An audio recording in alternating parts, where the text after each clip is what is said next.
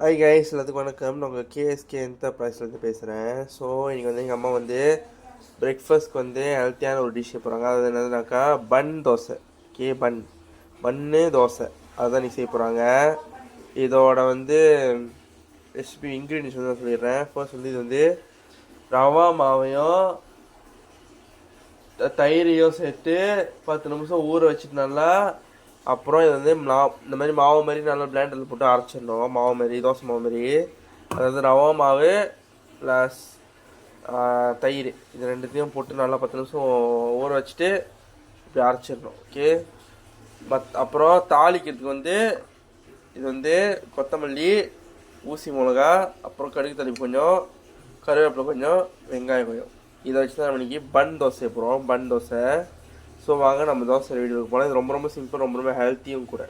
First வந்து நம்ம தாளிக்க போகிறோம். அதுக்கான பொருட்கள் வந்து முதல்ல வந்து கடுகு தள்ளி சேர்த்துக்கோங்க. சேர்த்துக்கிட்டு எல்லாத்தையும் வெட்டி வச்சு 4 ஜாமான் இருக்குல்ல, அது எல்லாத்தையும் ஒன்றா சேர்த்துக்கோங்க. அடுப்பு வந்து லோ ஃப்ளேமில் வைங்க, ஏன்னா பிரித்தோம். கடுகு தள்ளிப்பு வந்து பொடியில் ஸோ போட்டு ஜஸ்ட் அப்படியே லைட்டாக கிளறிட்டு தாளிங்க அது தோசை மாவில் போடுறதுக்கு. ஸோ ஃபர்ஸ்ட் வந்து வறுத்தது எல்லாத்துக்கும் மாவில் சேர்த்துக்கோங்க. எல்லாத்தையும் சேர்த்து லைட்டாக கலக்கிக்கோங்க. அப்போ தான் அந்த மாவோட ரசம் பற்றி ஆகும். ஸோ பாருங்கள், மாவை வந்து நல்லா இந்த மாதிரி கலக்கி வச்சுக்கோங்க.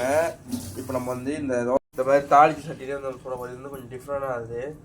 ஸோ நம்ம சட்டி தான் வைக்கிறோம். வாங்க எப்படி சொல்லுறது காமிக்கிறேன். ஃபர்ஸ்ட் வந்து அது எண்ணெயை கொஞ்சம் ஊற்றிக்கோங்க. இது வந்து லைக் பன்னு மாதிரி நம்ம செய்வோம். எண்ணெயை ஊற்றிக்கிட்டு இந்த மாதிரி கரண்டியில் ரவுண்டாக எடுத்துகிட்டு அதுக்கு அப்படியே விட்றோம். ஓகே. இது நம்ம கொஞ்சம் டிஃப்ரெண்டான ஸ்டைலில் செய்யணும். ஓகே. நம்மளாம் தோசை நம்ம தோசை கலக்குவோம், பட் இது வந்து நம்ம இந்த மாதிரி செய்யணும். ஓகே. ஏன்னா இது பேர் வந்து பன் தோசை. போட்டுட்டு கொஞ்ச நேரம் வந்து அதை பொரிய விடணும்னா.